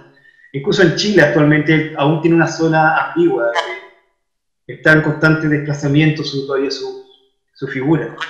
Entonces, simbólicamente él encarnó, no sé si, yo creo que a su pesar, encarnó también el hecho de no estar representado, y no representar a nadie también, sino que representarse a sí mismo. Y aquí aquí está jugando con la geometría de la bandera, y me gusta esta foto. Esta es una serie de fotos, pero me gusta esta por la frontalidad y por la inexpresividad que pone en escena. Está desplegando esta geometría patriótica, este símbolo psicopatriótico, como él lo llamaba. Está desplegado, pero hay una mirada que se pierde en la neutralidad. Es como algo que está... Es como un shock que te deja catatónico, que te deja ahí literalmente sin expresión. Te deja abierto, te deja inmovilizado también. Que yo creo que es una actitud que él padeció o vivió como artista marginal en todos los sentidos de la palabra, marginado desde el deseo, que no tiene representación en una sociedad conservadora como la nuestra, y como artista además, ninguneado, y en un país también donde no hay libertades para la mayoría tampoco. Es un artista, son como una sucesión de tachaduras que tuvo que padecer con distintos grados de intensidad, con mucha intensidad allí. Bueno, ahora, como yo había dicho al principio, voy a pasar ahora a obras de mi autoría, para explicar un poco cómo estos artistas han sido referentes para mí, cómo son artistas que considero importantes para mi propio proceso, para mi propia articulación simbólica. Esta obra es de 1900, año 2000. Se llama, no tiene título, pero se llama, está dentro de una serie de obras que se llamaba La Madre en dos dimensiones. Esta es una obra que yo trabajo con formatos de tela, de lino, los enmarco en un bastidor y los desmonto. Desmonto los bastidores y dejo en evidencia todos los bordes de la tela, y son formatos, además no es cualquier formato, son formatos que se usan para pintar retratos tradicionalmente, que es un formato de 46 por 38, que además fue un formato que yo usé mucho para pintar retratos en una etapa figurativa. Pero aquí ese formato se transforma en nada más que una superficie bidimensional. Dejo una parte de la tela sin cubrir, sin imprimatura, de manera de poner en evidencia que es un soporte de género, de lino, y hay una forma geométrica que está cargada a la izquierda y que yo voy repitiendo, pero esa repetición se hace a través de una manera manual, totalmente manual. Por lo tanto, como es un trabajo manual, al ojo, no hay masking, el cuadrado interior está hecho sin masking, está hecho a pulso. Entonces cada cuadro, cada repetición finalmente es diferente. O sea, hay sutiles diferencias, lo que va poniendo en escena de alguna manera un pulso, va poniendo en escena, va presentando, va objetualizando un pulso que se va desarrollando en una secuencia. Esta es una serie, son varias series de 9 piezas.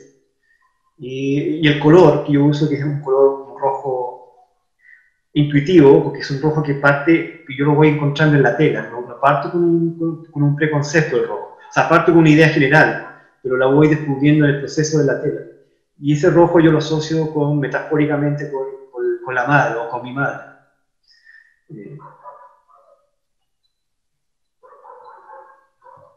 ¿Qué pasamos a otra obra del año 2004, que pertenece a otra serie de obras que fue presentada que constituyó una muestra individual que se llamaba La Presentación? Es una obra que se hizo, una muestra individual que hice en el Museo de Arte Contemporáneo en el año 2007. Aquí llego a mayor síntesis, ya no estoy trabajando al principio empezaba trabajando con 18 partes, después empecé a trabajar con 9 partes, ahora voy trabajando con 3 partes. Siempre usando el mismo formato, el formato 46 por 38, que es un formato para pintar retratos. Aquí voy trabajando con el pigmento de lapislázuli, que es el pigmento de lapislázuli genuino, que yo compré en una fábrica en Santiago. Es un pigmento no hecho para pintar, o sea, no tiene carga, no tiene relleno. Es el pigmento original, que es muy diáfano. Entonces, para lograr esa intensidad de azul, tuve que pasar 39 capas de color.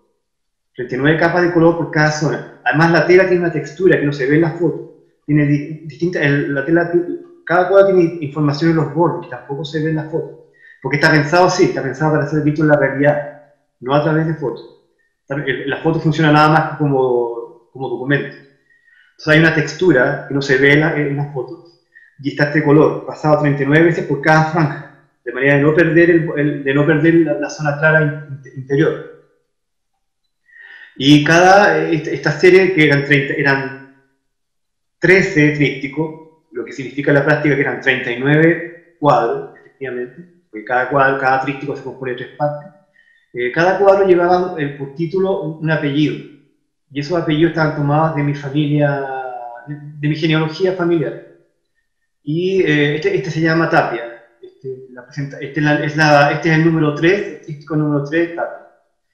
Y esto se exponía a una cierta altura, es un montaje, funcionaba como una instalación, como una sola obra dentro de la sala del Museo de Arte Contemporáneo.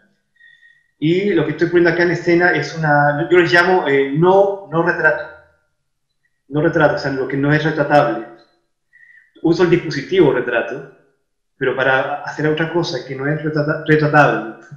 Entonces yo transformo el dispositivo, este dispositivo de 46 por 38 centímetros, que es un dispositivo tradicional de retrato, yo lo transformo en un lugar para operar, para hacer operaciones matemáticas de subdivisión, que también tienen que ver con un número 13, que se va repitiendo obsesivamente. Entonces es un trabajo que demanda mucha concentración y mucho compromiso físico. Son obras que se demoran meses en estar listas.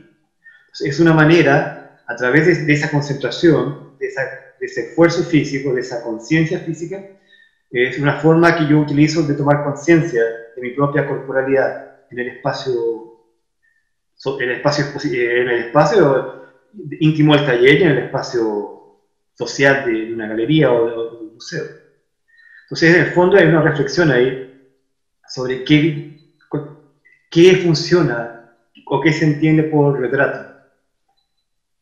Si es una imagen, un aspecto de tu cara, que ya es una construcción simulada, o es una operatividad corporal, puesta en ejercicio y de alguna manera concretizada en la superficie del cuadro.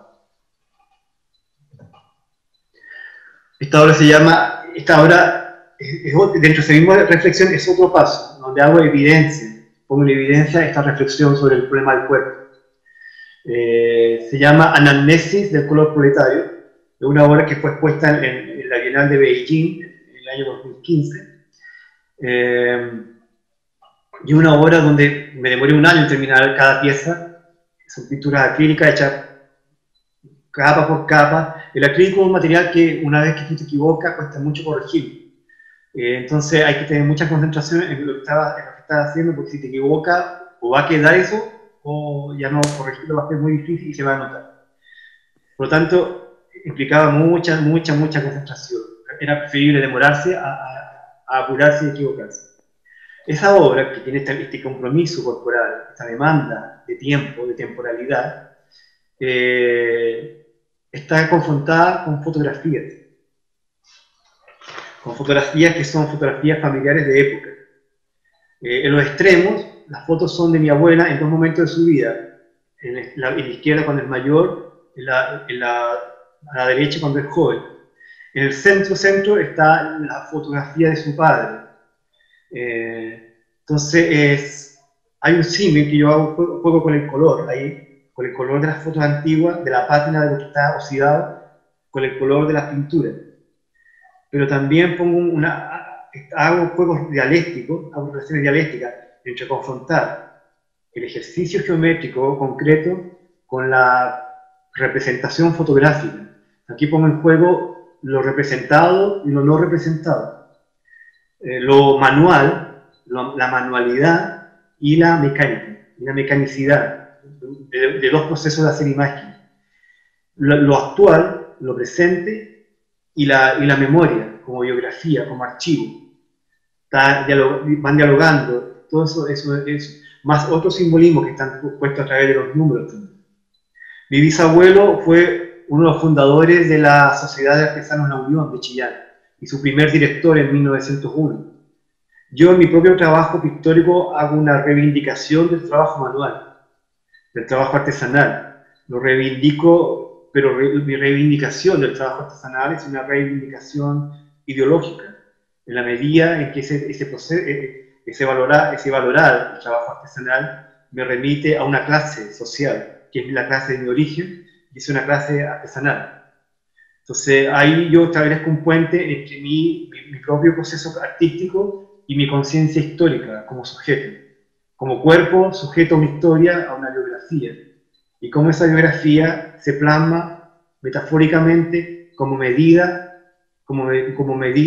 y fragmentación en un espacio. Cómo se hace realidad, como forma, como medida y superficie. Esas son más o menos las metáforas con las que yo voy jugando y trabajando en estos procesos. Esto es una serie, una instalación, este tipo de obra. Aquí ya excede lo meramente pictórico. Y cuando se ha presentado en el espacio, se presenta como una instalación que envuelve al espectador. Y se presenta como una discursividad no representada. Yo hablo en nombre de los que no han sido representados. En este caso, hablo de mi familia, hablo de mi historia. Una historia mínima, una historia no representada, que no está representada por el discurso hegemónico, porque la historia de Chile es una historia representada por los discursos de la alta burguesía o de los que han hecho los grandes cambios simbólicos o los grandes dramas chilenos también. Pero la pequeña historia del pueblo chileno, la pequeña historia de la mayoría no está, no aparece. Entonces yo hago esta reivindicación, de alguna manera, de mi propio proceso histórico también. Y esa es mi posición política, finalmente, también. Entonces aquí yo juego con estas relaciones, diálogo. Y obviamente dejo toda una serie de lecturas abiertas al espectador también. O sea, mi obra no se agota en las explicaciones que estoy dando. Es mucho más. Solamente son explicaciones para dar cuenta del proceso. Que además he tratado de mostrar en esta charla esta noche cuál es su genealogía, cuáles son mis referentes, de dónde vienen estas preocupaciones y cómo confluyen en mí. Quiénes son los artistas que yo considero relevantes y que le dan cuerpo a mi propio proceso también. Y que remiten a una sensibilidad queer, a una sensibilidad queer entendido como una zona de opacidades, como una zona que va más allá de los clichés, que va más allá de las estrategias CAM o de las estrategias kitsch, con las cuales yo también soy crítico, han sido herramientas y banderas de reivindicación, de lucha, pero no agotan el problema. El problema tiene mucho más aristas. Y desde la segunda mitad del siglo XX, los artistas que por lo menos yo aquí he presentado son artistas que han tenido conciencia de sus condicionamientos de deseo. Son artistas condicionados y situados, que saben dónde están, pero han decidido hacer exploraciones mucho más profundas, exploraciones que se escapan a lo representacional y que por lo mismo, al escaparse de lo representacional, también se escapan de la instrumentalización. Se escapan de lo aprehensible, incluso hasta por los mismos grupos que dicen defender las minorías. Entonces, cuando algo es más abierto, más opaco, más metafórico, ya no lo puedes decir, no lo puedes decir. El gran fantasma que tienen los grupos de disidencia sexual es que en la lucha por la reivindicación justa se pueden construir nuevos sujetos que son clichés de la anorma. O sea, la misma anorma se transforma en un cliché también. Aprehensible, fácil de transmitir. Pero eso no agota el problema de fondo, que lo queer como sensibilidad, como aquello que se desplaza, como aquello que no calza, que siempre está corrido, que siempre está excéntrico en la palabra, que siempre está descentrado. Eso no se agota en las estrategias camp o kitsch, que son las que han usado el transfeminismo, la transexualidad y los travestismos y los drags, etc. Que me parecen válidas y me parecen valiosas, pero el problema es más sutil, es más complejo. Entonces, para ir cerrando esto, la identidad y no representación, que son los conceptos que he puesto, la identidad como concepto abierto, de lo que he tratado de mostrar en estos artistas, que ponen el problema de algo que escapa a cualquier enunciación, aquello que no tiene palabra, aquello que el deseo no puede... El deseo en realidad, si hablamos del deseo con mayúscula, tú no puedes darle forma al deseo. El deseo por definición es algo que se te escapa siempre. Siempre está ahí, yéndose. Tratamos de controlar el deseo, tratamos de darle forma, de definirlo conceptualmente, pero el deseo es algo... es una fuerza que mueve la vida y está ahí. Entonces la no representación, que es el otro tema, la otra palabra que yo articulo, para mí la no representación tiene esta doble función. Una función formalista, de traer a presencia aquello que no tiene reconocimiento en el mundo de los objetos que vemos cotidianamente, pero que se presenta a sí misma como una nueva realidad objetual, una realidad geometrizada, una realidad de superficie o una realidad superficial, pero también esta no representación tiene una dimensión simbólica, que habla de un deseo que no tiene enunciación política, un deseo que no tiene instrumentalización política, un deseo que no puede ser categorizado o definido fácilmente. Se lo puede rodear, es lo que yo he tratado de hacer en esta exposición, rodearlo, pero nunca definirlo cabalmente. Entonces siempre queda ese malestar, el malestar de lo que se quiso decir y no se pudo decir, el malestar de aquello que se quiso poseer y no se puede poseer porque se escapa como el agua entre las manos.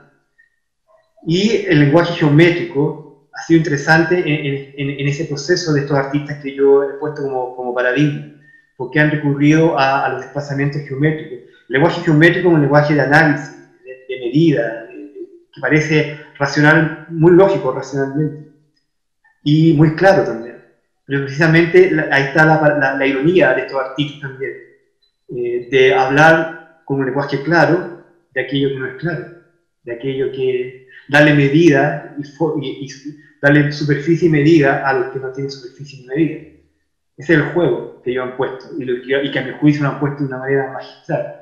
Y que es el camino y es la tradición en la cual yo me inscribo, o deseo inscribirme también, porque en ese no reconocimiento me reconozco a mí mismo también, me reconozco en una libertad. Y si hay algo que me da ese lenguaje no representacional, no evidente, no figurativo, es una libertad para decir cosas que de otra manera no podría tener. Entonces, eso más o menos a grandes rasgos lo que es mi posición plástica. Y quedo abierto a alguna pregunta o comentario.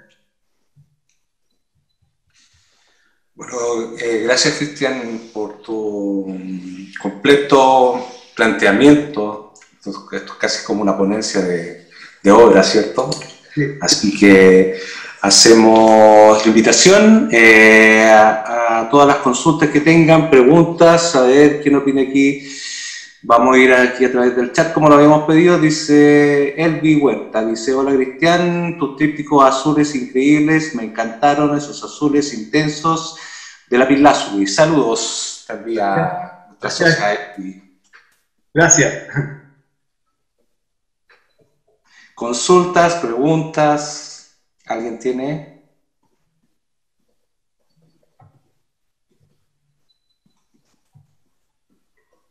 Vamos subiendo. Ahí viene, sí, sube otra aquí. Mira, Rebeca dice: a todos, muchas gracias Cristian, ha sido una excelente conferencia. Bueno, sin duda es un orgullo tenerte Cristian, y además considero tu gran potencial de expositor con toda una serie de pequeños datos que nos va aportando a este conocimiento. Gracias por la invitación. De nada. Alex Liu dice: realmente te agradezco por tan magistral ponencia. Nuestro presidente, ¿cierto? Julio Sepúlveda Bravo dice: gracias por su erudita presentación. Julio había escrito, me parece, si no me equivoco, eres tú Julio, habías posteado la pregunta, ¿quién lo quiera acudir? Precisamente dentro de uno de nuestros chats en una de estas plataformas. Después Rebeca nuevamente dice: soy Regina Bittencourt, pero el PC dice Rebeca. Ah, perfecto. Regina también es una de nuestras socias que se ha incorporado en los últimos años a nuestras actividades. ¿No?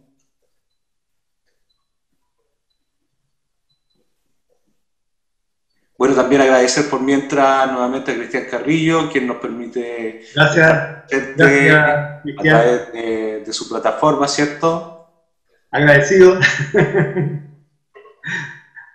A ambos cristianes,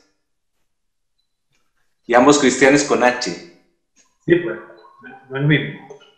Así es. ¿Alguna consulta? Bueno, si alguien desea hacerla, acá tenemos. Julio, sí, era la misma persona que había hecho la consulta. Espero que de alguna manera te haya quedado un poco más completa, porque acá Cristian nos pone en escena, digamos, desde su perspectiva, qué es lo que implica y sus estrategias de trabajo con respecto al queer.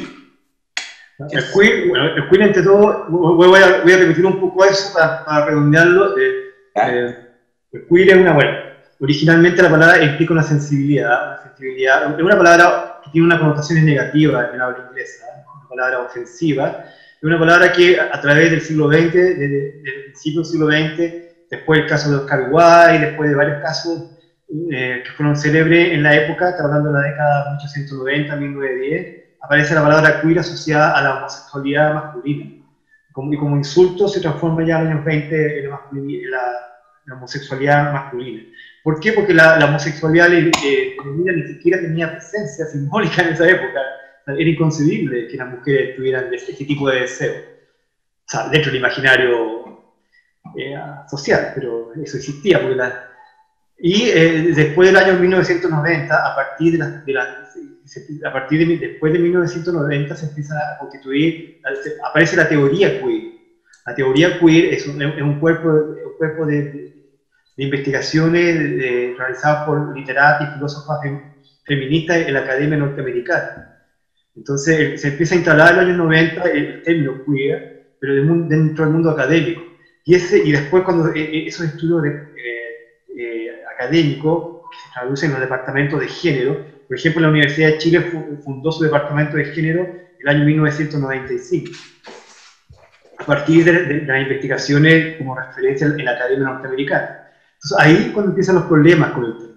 ¿Cómo se traduce este término queer al contexto de habla hispana? España, por ejemplo, y después Latinoamérica. Y ahí es donde aparecen las críticas postcoloniales, donde se habla de que sería un término que tiene una connotación negativa colonialista. O sea, esto es una idea importada que viene del mundo anglosajón, y nosotros, los pobres latinos, los pobres de habla hispana, estamos adoptando pasivamente este término anglosajón. Entonces ahí se empiezan a buscar diferentes términos alternativos que den cuenta de esta problemática, y no se logra encontrar un término en castellano que dé cuenta con claridad o que connote la misma problemática del queer en inglés. Entonces se llega a esta españolización del término, como queer, o sea, como mal hablado en castellano, como una forma de apropiación del término, desde nuestra propia fonética, nuestra propia forma de hablar. Y a mí me gusta el queer porque también me remite a la cultura chicana, que es la cultura que está más cercana a nuestra propia sensibilidad, o sea, esta frontera mexicana con Norteamérica, que está llena de tensiones de todo tipo, y también simbólicas. Entonces, esta apropiación que nosotros hacemos de nuestra precariedad, de nuestra capacidad de sometido, pero también nos apropiamos de lo otro y lo reinterpretamos, a la vez que lo otro se impone sobre nosotros, la Academia Norteamericana, el dinero, la articulación simbólica que da el dinero, y nosotros nos apropiamos de esa articulación simbólica y la hacemos propia, pero con nuestro propio acento, finalmente. O sea, hay un juego que la palabra queer connota, y no la palabra queer, ¿sí? Con una R más. Además, si habla, hay que tomar en cuenta que nosotros pertenecemos a una cultura como la chilena y la latinoamericana, donde hay poca democracia en el acceso a la educación, menos al hablar idioma, menos a los viajes. Entonces, que alguien se presente hablando un queer con acento muy londinense, o norteamericano, eso implica una connotación de clase que hace un ruido, que el mismo queer no lo tiene en la cultura inglesa, porque es una palabra de habla cotidiana, coloquial, pero en castellano si yo lo uso a un queer, tiene una connotación de clase, o sea, porque no todo el mundo tiene acceso a la educación, no todo el mundo tiene acceso a un viaje, y menos a los idiomas. Entonces, para evitar quizás todas esas connotaciones que se ha buscado también este queer castellanizado, que además está más en sintonía con nuestra propia sensibilidad. Así es verdad eso, cierto. Bueno, después Yami Galás también dice gracias por la presentación, muy interesante. Nuevamente Alex Chiriu dice más adelante, sí o sí en una presencia de pantalla gigante o presencial. ¿Ya? Así que entiende la invitación. Francisca León dice, me parece muy interesante cómo aparece la corporalidad en todos los trabajos de Cristian. ¿Podríamos hablar de una corporalidad concreta, no abstracta, en la medida que son trazas del cuerpo y no ilustraciones? Punto. No sé si expliqué bien la pregunta. Muchas gracias por este encuentro. La entiendo, pero la entiendo. Mira, sí, o sea, yo en mi propio proceso, ya siendo bien específico, hablando de mi propio proceso plástico, y digo plástico porque yo trabajo con las manos, manejo, no es un trabajo mandado a hacer ni hecho por medios digitales. Yo hablo de concreciones, de concreciones del deseo. O sea, yo no estoy haciendo una ilustración, yo no remito algo, yo no estoy haciendo abstracción. Eso es importante. Le agradezco a Francisca León por la pregunta, porque es importante dejarlo claro. Yo no hago abstracciones, nunca me ha interesado mayormente lo abstracto. O sea, yo hice mucha abstracción antes de llegar a la concreción. La concreción es un proceso si se puede traducir de una manera más vitalista, la concreción es un proceso interior, un deseo, digo yo, que se materializa a través de la superficie, en operaciones de subdivisión, de fragmentación del espacio. Pero es algo que nace desde un deseo, desde una interioridad. No estoy ilustrando, como dice ella, no es ilustración, no hay un referente que ha sido estilizado, por ejemplo. No hay un referente que ha sido depurado hasta el máximo, hasta lo irreconocible. No. Nada de esas operaciones abstractas son lo que me interesa. A mí me interesa poner una sensibilidad, una emoción. Esta emoción que yo, aquí estamos usando la palabra queer, pero la transformo en una superficie material que aparece, pero el movimiento es una abolición interior, que se vuelca hacia el exterior y se convierte en realidad objetual. Así que es concreción, no abstracción. Bueno, Alex Cheliu nuevamente nos manda otro saludo, dice a nombre de la PEXI, del directorio, te doy las gracias, un abrazo. Gracias Alex, por la invitación también. Gracias. Virginia Cordero también, parte del directorio, dice gracias por la presentación, Cristian. Gracias a usted. Gracias por el interés también. Esto es importante, para mí un deseo de compartir esto con ustedes y tenerlos como interlocutores y les agradezco su tiempo también. Uno necesita también comunicar y hacer pedagogía para mí tiene una connotación política también. Entonces, esencialmente es política también, entre los padres. Así que agradecido. Sí. Me parece importante eso, Cristian, el hecho de que nuestros participantes, ¿cómo podríamos decir? Sumis, las personas que están detrás de la pantalla viendo este producto, digamos, hayan permanecido atentos a nuestra charla, a tu charla, y lo cual significa que se pudo desplegar toda una serie de los mecanismos explicados, pero además de eso, de ciertas notas. Encuentro que hay pequeñas notas en tu exposición que nos van dando cuenta, ¿cierto? Y uno puede ir conformando toda una escena, ¿ya? Eso me parece fantástico, que también habla de ese trabajo a partir del silencio y a partir de ese desfase que encuentro yo, que uno mismo lo vea y se hace la pregunta al mirar tu trabajo, hay como un desfase temporal que uno dice, ¿qué hace hasta ahora aquí en este tiempo, en los años 20 de este siglo, ¿cierto? Y cómo se empieza a articular, porque pues, no hay una inocencia en eso, uno claramente lo ve, entonces me parece fantástico, y que además tú vayas concretando eso a través de pequeñas, como digo yo, notas que van articulando todo el concepto y la idea detrás. Así que fantástico. No sé si hay más preguntas, consultas, opiniones, sugerencias.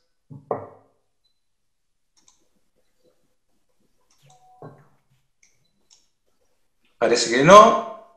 Entonces, vamos a ir despidiéndonos. Te agradecería, Cristian, entonces que... Yo, antes de terminar, quiero igual agradecerte a ti, Alex, como coordinador, excelente coordinador, porque todo esto, bueno, la idea y todo eso, yo lo que quería hablar lo tenía más o menos claro el tema, pero era muy importante todo, hay muchos pasos previos para ir afinando esta presentación que han sido importantes y sin tu ayuda y sin tu colaboración no habría sido posible para que esto pudiera llegar al mejor término y con la mejor legibilidad posible. O sea, ha sido una grata vínculo, llevamos varias semanas en esto, conversando y poniéndonos de acuerdo y dándonos los datos también. Para mí todo esto es una novedad, trabajar en Zoom, es inédita esta experiencia para mí, en estos tiempos tan claustrofóbicos de encierro, pero como decía al principio, tiempos extraordinarios exigen también tomar nuevas estrategias extraordinarias también. En ese sentido, para mí es muy inédito y muy interesante, pero tu ayuda ha sido fundamental y ha sido una grata ayuda también de un diálogo también. Así que gracias por eso. Todo lo contrario, Cristian, agradecerte a ti por tu presencia y también porque estos encuentros que hemos tenido durante esta semana han sido realmente un aporte, un conocimiento a mi propio conocimiento, lo cual eso me tiene muy contento, porque cuando uno ve artistas que trabajan con entusiasmo, de alguna manera genera en uno avivar esa chispa, ¿cierto? Avivar esa chispa de la creatividad, de la investigación y de estar siempre atento a nuevas posibilidades y a ir investigando y explorando otros campos o visualizando campos que uno a lo mejor ya tiene ciertas nociones, pero lo adquiere desde otro punto de vista. Así que los agradecimientos hacia ti. Así que a Pech, que también ha hecho posible todo esto. Al directorio en curso que se ha trabajado con respecto a esta pandemia, situación de pandemia. La iniciativa, gracias por aplaudo la iniciativa. Así es, tomar otros caminos, afianzar estos caminos que son digitales y ir abriendo puertas a nuestra comunidad y a nuestros socios presentes y a todos los asistentes que han estado y nos han acompañado desde punta hasta el final en esta conferencia, en esta charla, en esta clase magistral, Cristian. Así es que... Gracias a todos. Por favor. Bueno, reitero mi agradecimiento a todos los participantes de la charla. Esto fue pensado para ustedes también para generar un diálogo y con todo el respeto que ustedes merecen también. Entonces, a pesar de que no los vea, muchos no los conozco, merecen toda mi consideración y respeto. Entonces también, por ese lado también es importante tratar de ser lo más claro posible de un proceso que es complejo. Pero mi objetivo era hacer lo más claro que fuera posible. Y espero Así que muchas gracias a todos los participantes. Sí, gracias por su presencia, gracias a Cristian Carrillo por arrojarnos en su plataforma, a todos los que hacen posible, al Ministerio de la Cultura, las Artes, ¿cierto?, del Patrimonio, que nos aporta para todas nuestras actividades. Y más que nada recordarle, pasar un pequeño aviso, recordarle que visiten nuestro canal de YouTube, que ahí encontrarán el ciclo de exposiciones desde casa, así como una serie de actividades realizadas por otros socios, otros videos, el calendario de convocatorias para la Sala Santiago Latino del 2021, atentos al premio Apex, que ya se vienen las bases, próximas a salir en su versión virtual. También están las convocatorias de la Comisión de Misión Túnez, donde también tenemos representatividad, en este caso su servidor, y lo mismo, bueno, de todas nuestras plataformas, visítenla, Facebook, Instagram, la página web, el WhatsApp, y etcétera. Les invitamos a mantener contacto con nosotros y atentos a todos sus proyectos. Nos vemos en otra oportunidad. Muchas gracias.